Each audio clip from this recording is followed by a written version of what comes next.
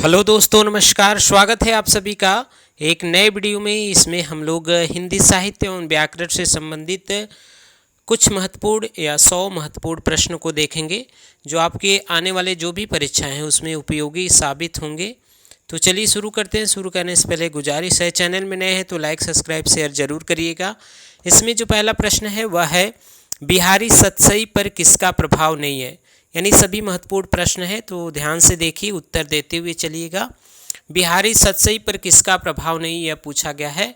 Option A गाहा सप्तई, Arya सप्तई, अमरूपक Satsai और चिंतामणि सतसई। गाहा या गाथा सतसई होता है, तो किसका प्रभाव नहीं है। बिहारी सतसई जो बिहारी की रचना है जिसमें 713 या 713 दोहे हैं, ठीक है, उसमें कौन सी किसका प्रभाव नहीं है। तो यहाँ पे सही उत्तर होगा option number D, Chintamani Satsai का इस पर प्रभाव नहीं है, तो ऑप्शन डी सही हो जाएगा।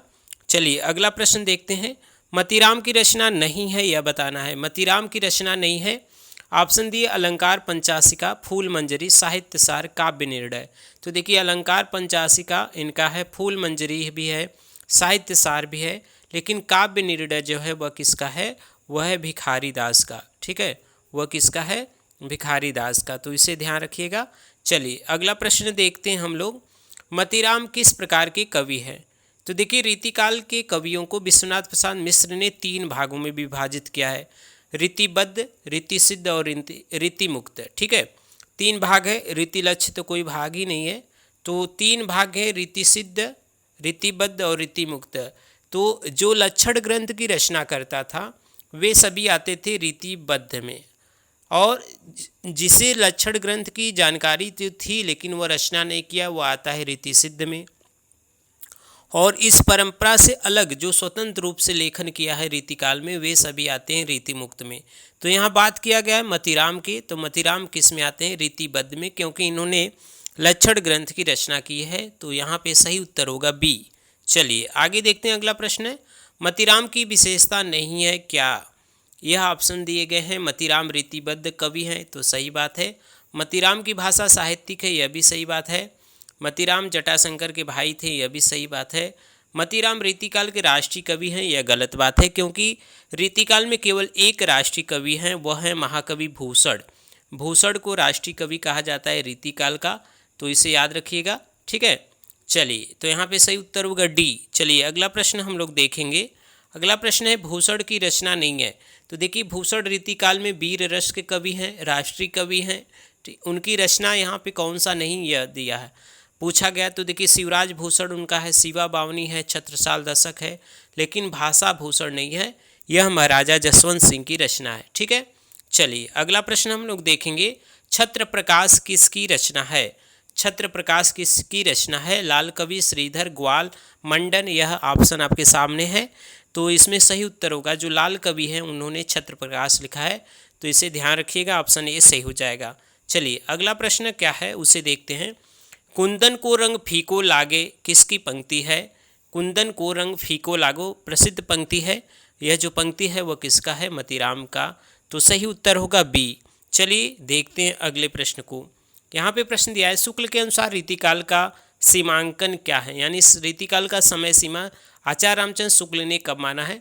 आचार्य रामचंद्र शुक्ल की जो पुस्तक है 1929 में प्रकाशित हुआ था, हिंदी साहित्य का इतिहास, वह सबसे पहले हिंदी शब्द सागर की भूमिका के रूप में हिंदी साहित्य विकास के नाम से प्रकाशित हुआ था, तो इसे भी ध्यान रखिएगा। यहाँ पे सही उत्तर होगा 1700 से 1900 ईस्वी को यहाँ पे रीतिकाल माना गया है। ठीक है, आचार्य शुक्ल के द्वारा।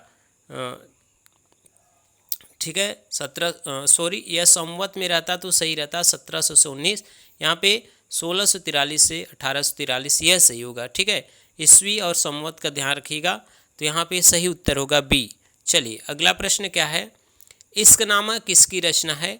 इश्कनामा किसकी रचना है यह बताना है। तो देखिए इश्कनामा जो रचना है वह किसका है, बोधा कवि का है, तो ये सही उत्तर होगा बी। चलिए अगला प्रश्न है, किस कवि ने सतसई की रचना नहीं की है। तो यहाँ पे मतीराम बृंद बिहारी ने सतसई की रचना किया है, लेकिन जो लाल कवि हैं उन्होंने सतसई की रचना नहीं की है, तो सही उत्तर होगा डी। चलिए आगे देखते हैं अगला प्रश्न क्या है उसे हम लोग देखते हैं।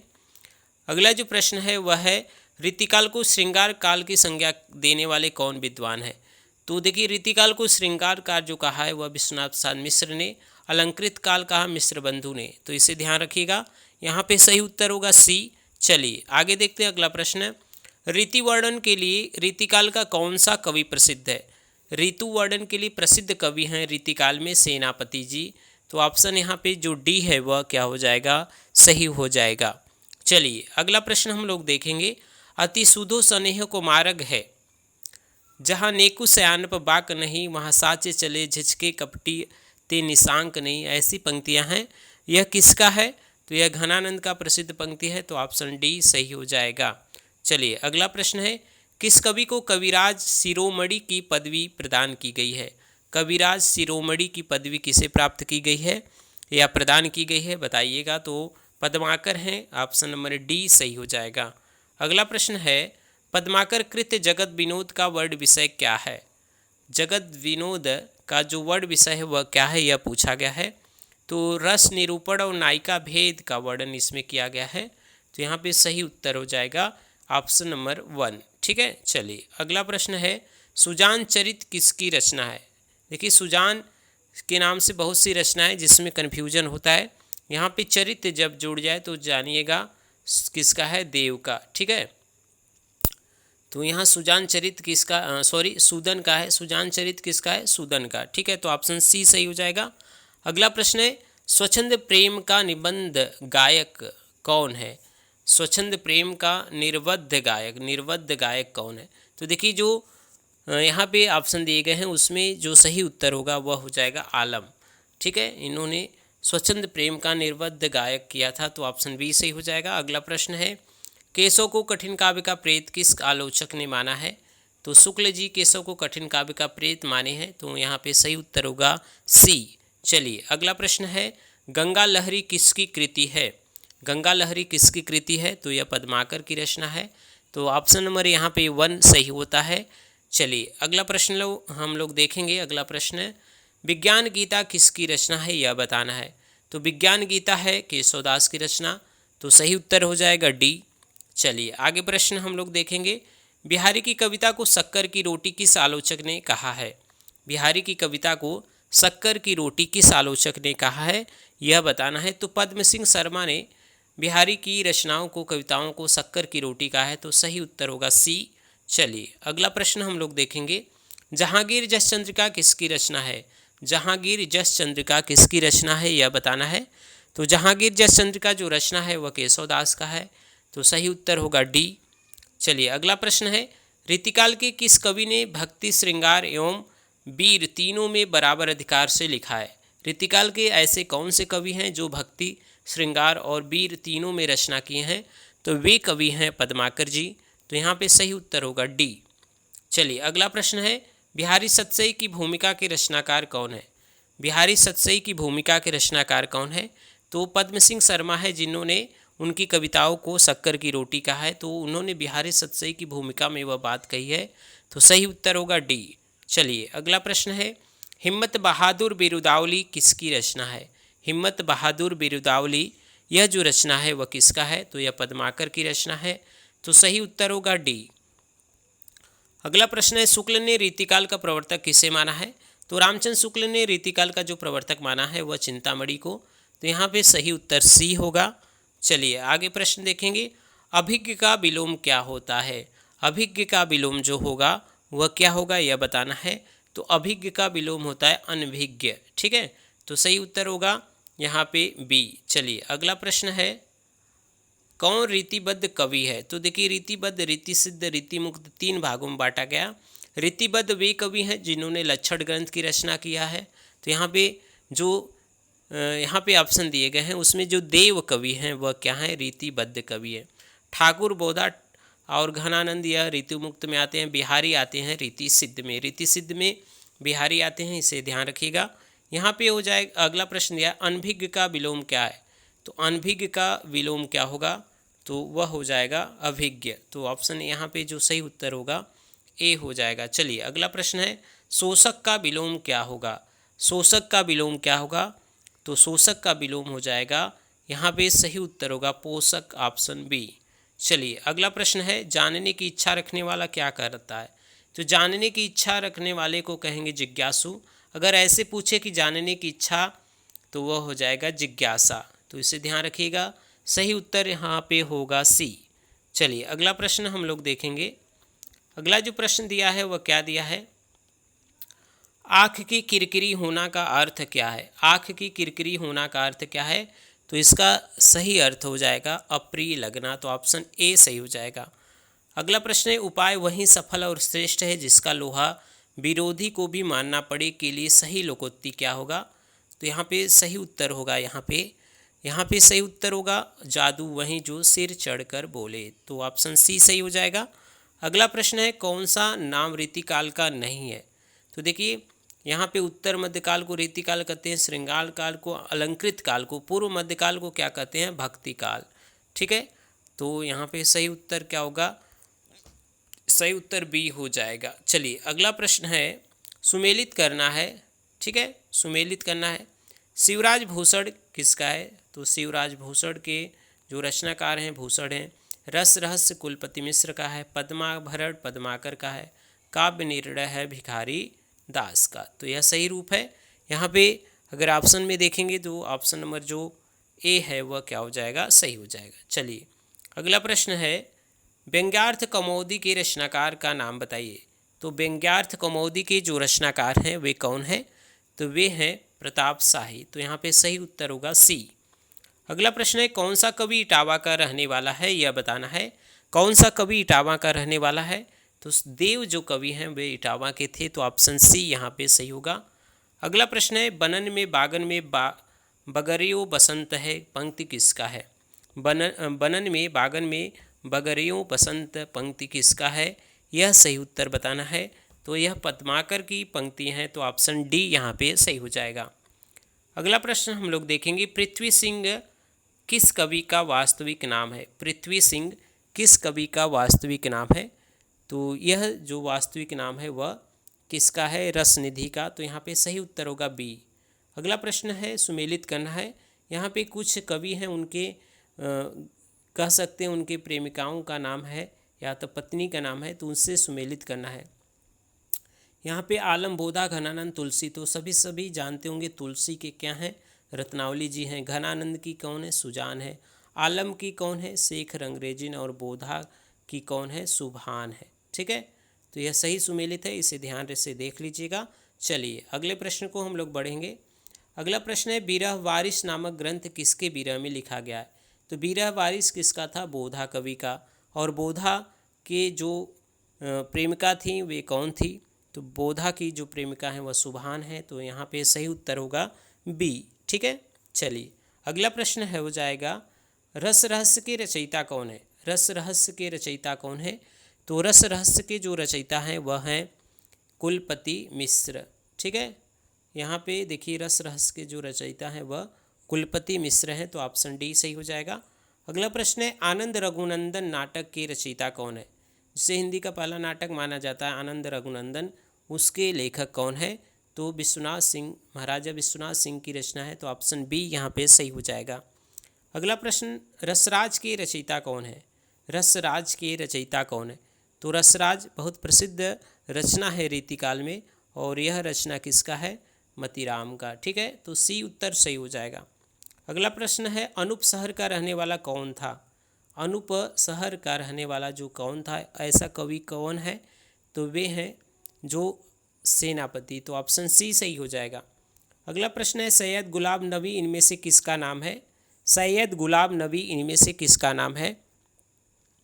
तो रसलीन का पूरा नाम है सैयद गुलाब नबी। तो ऑप्शन बी सही हो जाएगा। चलिए अगला प्रश्न है, असत्य कथन छाटिएगा। कवित्त रत्नाकर सेनापति की रचना है, सही बात है। ललित ललाम मतीराम की कृति है। व्यंग्यार्थ कौमुदी भूषण की रचना है। सुजान चरित्र सूदन की।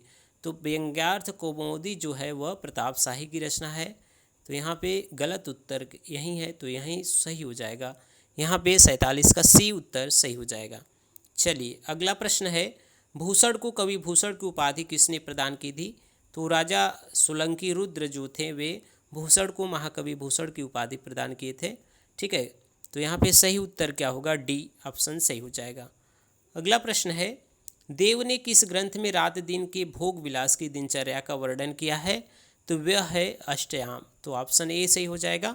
अगला प्रश्न है, आचार्य शुक्ल ने मम्मट के काव्य प्रकाश का छाया अनुवाद इनमें से कौन सा ग्रंथ माना जाता है, यानी माना है? तो यहाँ पे ऑप्शन इधर दिए हैं, उसे हम लोग देखेंगे ऑप्शन को।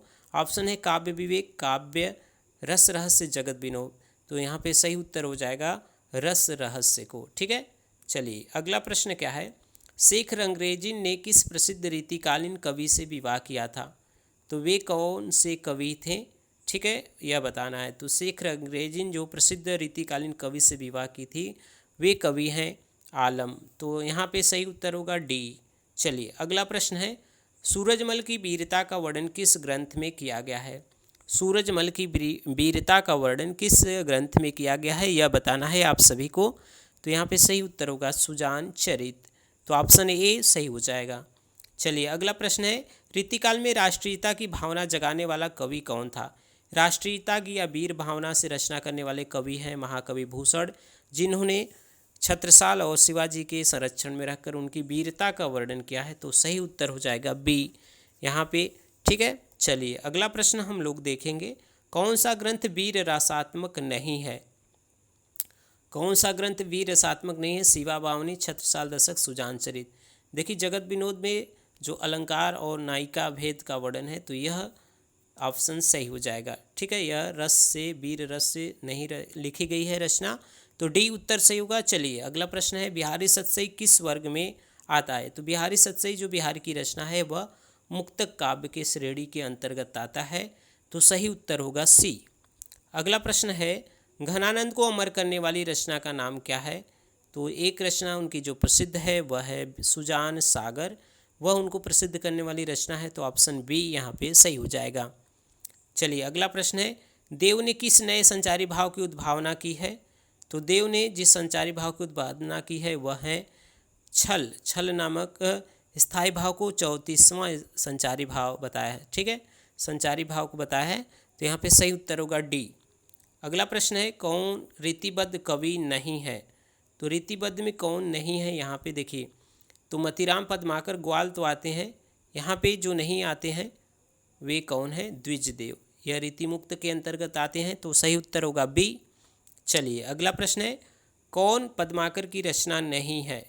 ललित ललाम किसका है? मतीराम का। तो यही इनकी रचना नहीं है। जगत विनोद, पद्माभरण, गंगा लहरी, यह सभी पद्माकर की रचना है। तो ध्यान रखिएगा।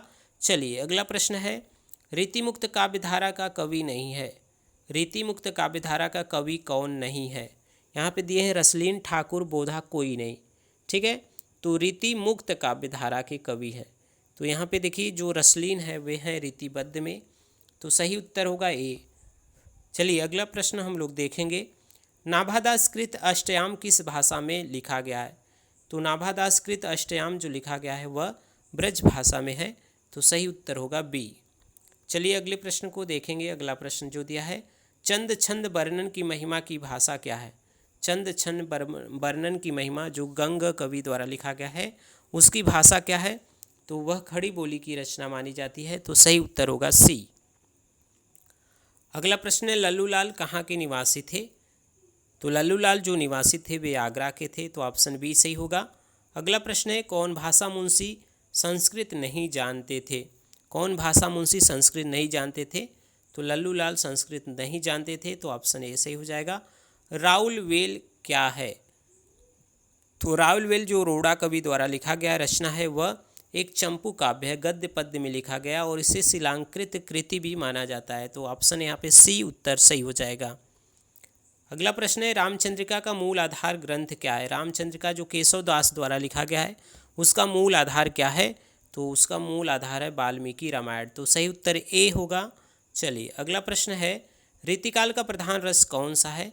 तो रीतिकाल में जो भी रचनाएं हैं अगर भूषण को छोड़ दिया जाए तो लगभग श्रृंगार रस की रचनाएं की गई हैं।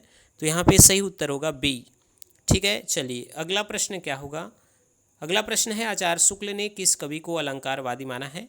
रामचंद्र शुक्ल ने अलंकारवादी कवि माने हैं किसको? केशव को। तो यहाँ पे सही उत्तर होगा ऑप्शन नंबर ए। अगला प्रश्न है, रीतिकाल के अंतिम कवि कौन है यह बताना है। तो रीतिकाल के जो अंतिम कवि माने जाते हैं वह पद्माकर माने जाते हैं। तो ऑप्शन सी सही हो जाएगा। अगला प्रश्न है रीतिकाल के अंतिम आचार्य के बारे में बात करें तो वे कौन है। तो अंतिम आचार्य कौन है, भिखारी दास को अंतिम आचार्य माना जाता है।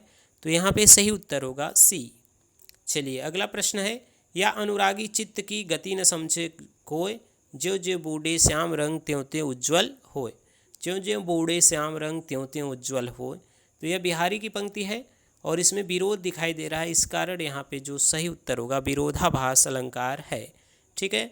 चलिए अगला प्रश्न है, नैन नचाए कहीं मुस्काए लला फिर खेलन अयो होरी। ऐसी पंक्ति है, प्रसिद्ध पंक्ति है पद्माकर की। तो सही उत्तर होगा सी। चलिए अगला प्रश्न है, सुजान सागर कैसा काव्य है।